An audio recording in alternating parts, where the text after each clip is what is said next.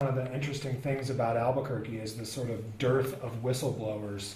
Yeah. Um, Well, and I mean, you saw what happened to Costales. I mean, I did. that's the reason why. Up close and personal, I was in the courtroom when the Oh, really? chief was wagging his finger Wow. at him and whatnot.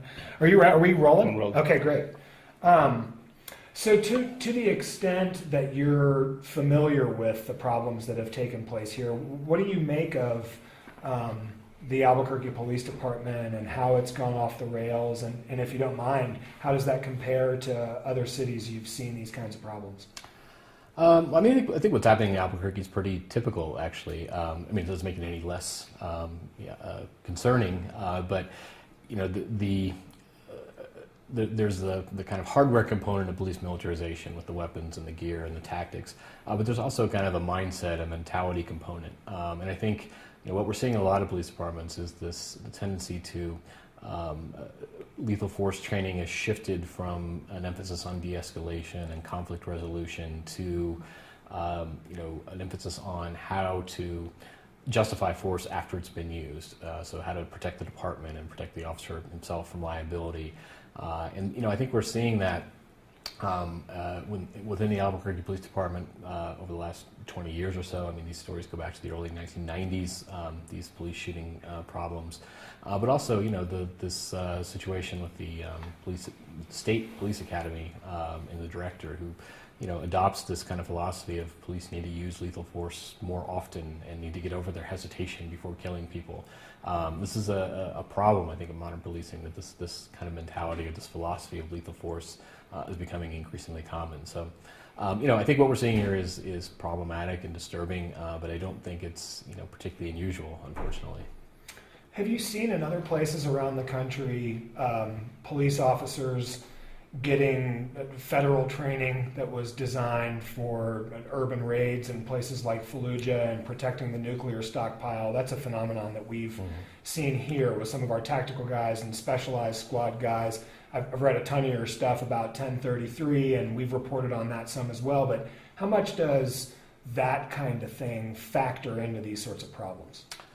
Well, I mean, I'm not familiar specifically with the energy, the Department of Energy training, that type of paramilitary training.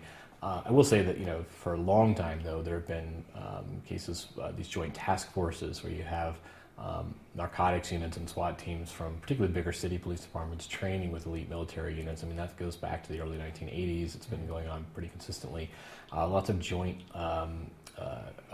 training operations in terms of like urban shield kind of situations where police are anticipating terrorist attacks on cities and working with the military for responses.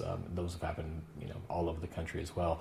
Usually they can be kind of alarming because they're not always announced ahead of time, and so people wake up and look out their window and see helicopters and police and soldiers scaling buildings and so forth.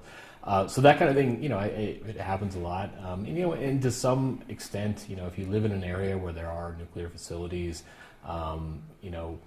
maybe there is some sort of justification for that kind of thing. But you have to have it's very important to have safeguards to make sure that whatever kind of training police are getting in terms of for national security purposes, for protecting nuclear facilities, isn't sort of infecting kind of the general day-to-day operations of the police department. And I think that that's where the problem lies. In terms of what's taken place here, obviously we're starting to get later in this DOJ process now. We've got the situation where we have the findings letter, we have a settlement agreement that's supposed to be filed in court any day now. How much should this community be looking to that as the way to fix what's taken place here? Look, I think these DOJ settlements are important. I think the Obama administration in particular deserves a lot of credit for really aggressively going after police departments that have these sort of cultural problems. I'd like to see a lot more of that. That said, I think it's a mistake to just sort of sit back and think that the Justice Department is going to come in and fix things.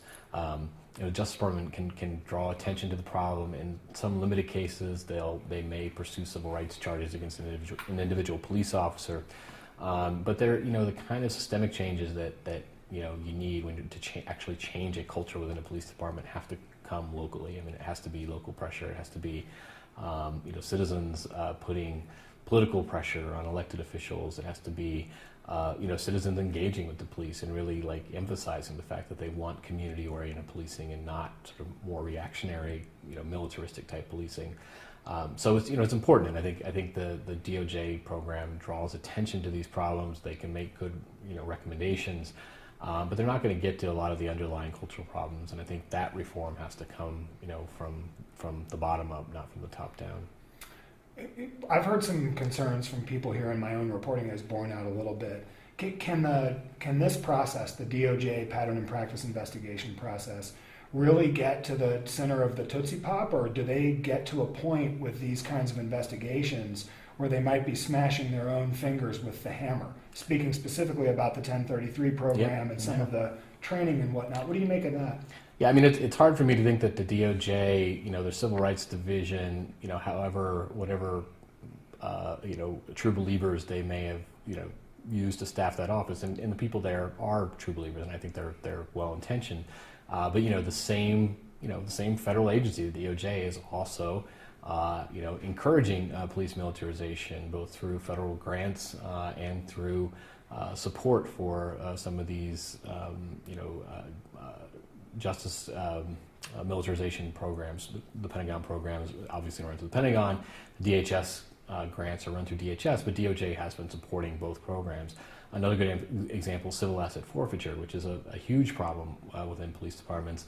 It's a problem that funds a lot of the police militarization that we've seen, because it's so easy to tie. It's much easier to tie civil asset forfeiture claims to drug cases than most other types of criminal cases. So the rise in SWAT teams and the use of SWAT teams has been funded in a lot of ways by civil asset forfeiture. Well, the DOJ is the prime pusher of civil asset forfeiture policies, to the point where there have been state legislatures that have passed laws to rein it in, and the DOJ has basically said to the local police departments, well, work with us, and you'll be governed by federal law, not these more restrictive state laws, and you can get around the will of the legislature. So there are problems, I think, with police culture, with militarization, with the way police interact with their communities that DOJ is actually encouraging, and to the extent that that's the case, it's hard to think that a consent agreement with the DOJ is going to get around those problems or address them or fix them. What should people here expect in terms of timetables for getting this problem fixed and restoring that relationship between the community and the police? Well, I'm a cynic, so I don't know if I can give you timetables. In the past, these consent decrees, anecdotally, I don't know if there have been any studies, but just sort of anecdotally in the cities that I've looked at, I'm not convinced that they work. I think they're good in terms of drawing attention to the problem. I think they're good in terms of making recommendations. But if the city itself and the department itself and the citizens and the voters don't demand these changes and don't sort of require them, I'm not sure how much good it does. So Albuquerque had problems with excessive police shootings in the early 1990s. There was a huge study. An out-of-town, criminologist from Nebraska was brought in to look at them. The mayor appointed a reform-minded police chief who was, promptly chased out of office and replaced with a chief that was more amenable to sort of the rank and file in the police union, and things went right back to the way they were. Again, I think whether or not this works, I think it's a mistake to sort of wait for the Justice Department to fix the problem. But whether or not this works, I think is going to depend on Albuquerque and what the citizens of Albuquerque want and how seriously they take these issues. Why hasn't this idea of willy-nilly disregard of the Fourth Amendment by the police and police militarization been more of a political issue? Because of primarily affects communities that don't have a lot of political power. It's interesting that you've seen in places where you actually have seen some reform. A good example is the state of Maryland, which passed a SWAT transparency bill that required every police agency in the state that has a SWAT team to issue reports on how often they use it, what they use it for, what they find, whether any shots were fired. And that was a transparency bill. It wasn't even, it didn't put any restrictions on use of SWAT teams. All it was transparency. That only passed after a SWAT team mistakenly raided the mayor of a small town in Maryland. who, was an upper middle class white person who also held political office.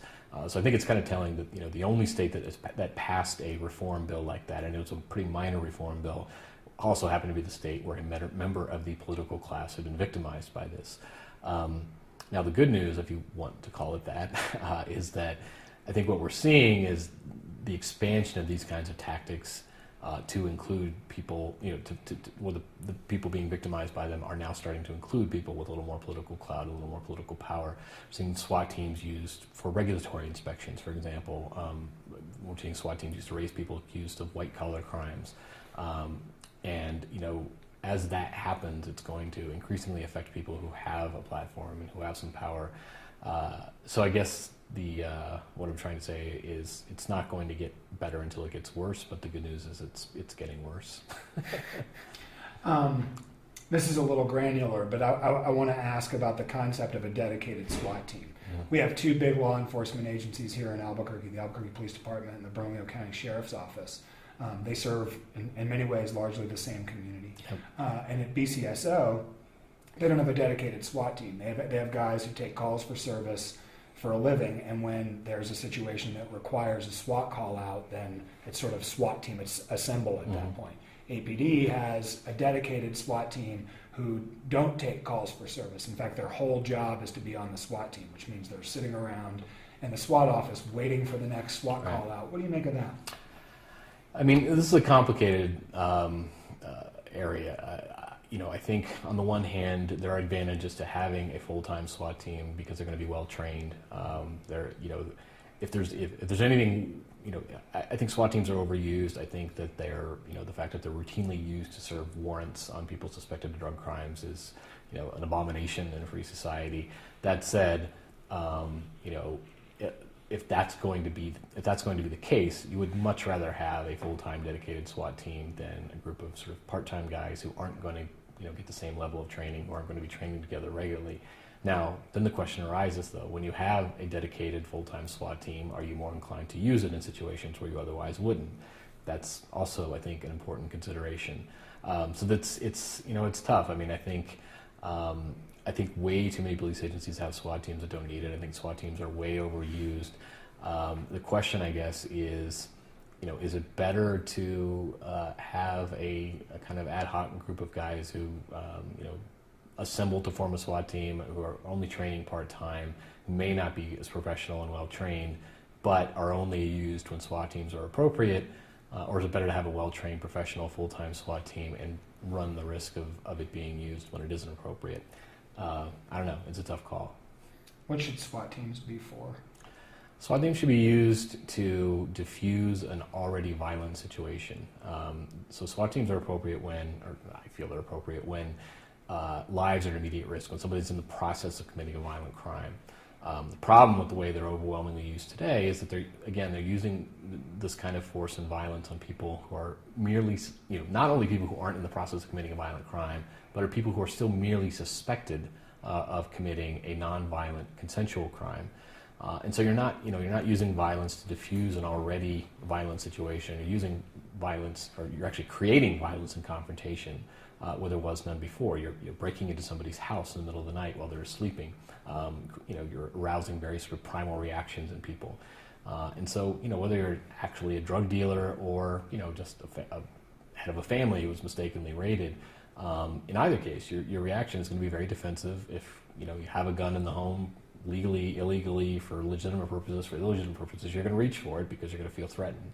And so this is, I think this is, the argument is that this makes warrant service safer for police officers and people inside the house. I don't think that's true. I think it makes it more dangerous for both. But even if it did make it safer for police officers, we want to do what we can to protect police officers, but you do assume a certain amount of risk when you take the job. And, we should try to promote officer safety to the extent that we can, but also not at the expense of the safety and the rights, of the citizens that the police serve. And I think we've gotten to the point with these SWAT tactics where officer safety has sort of trumped everything else.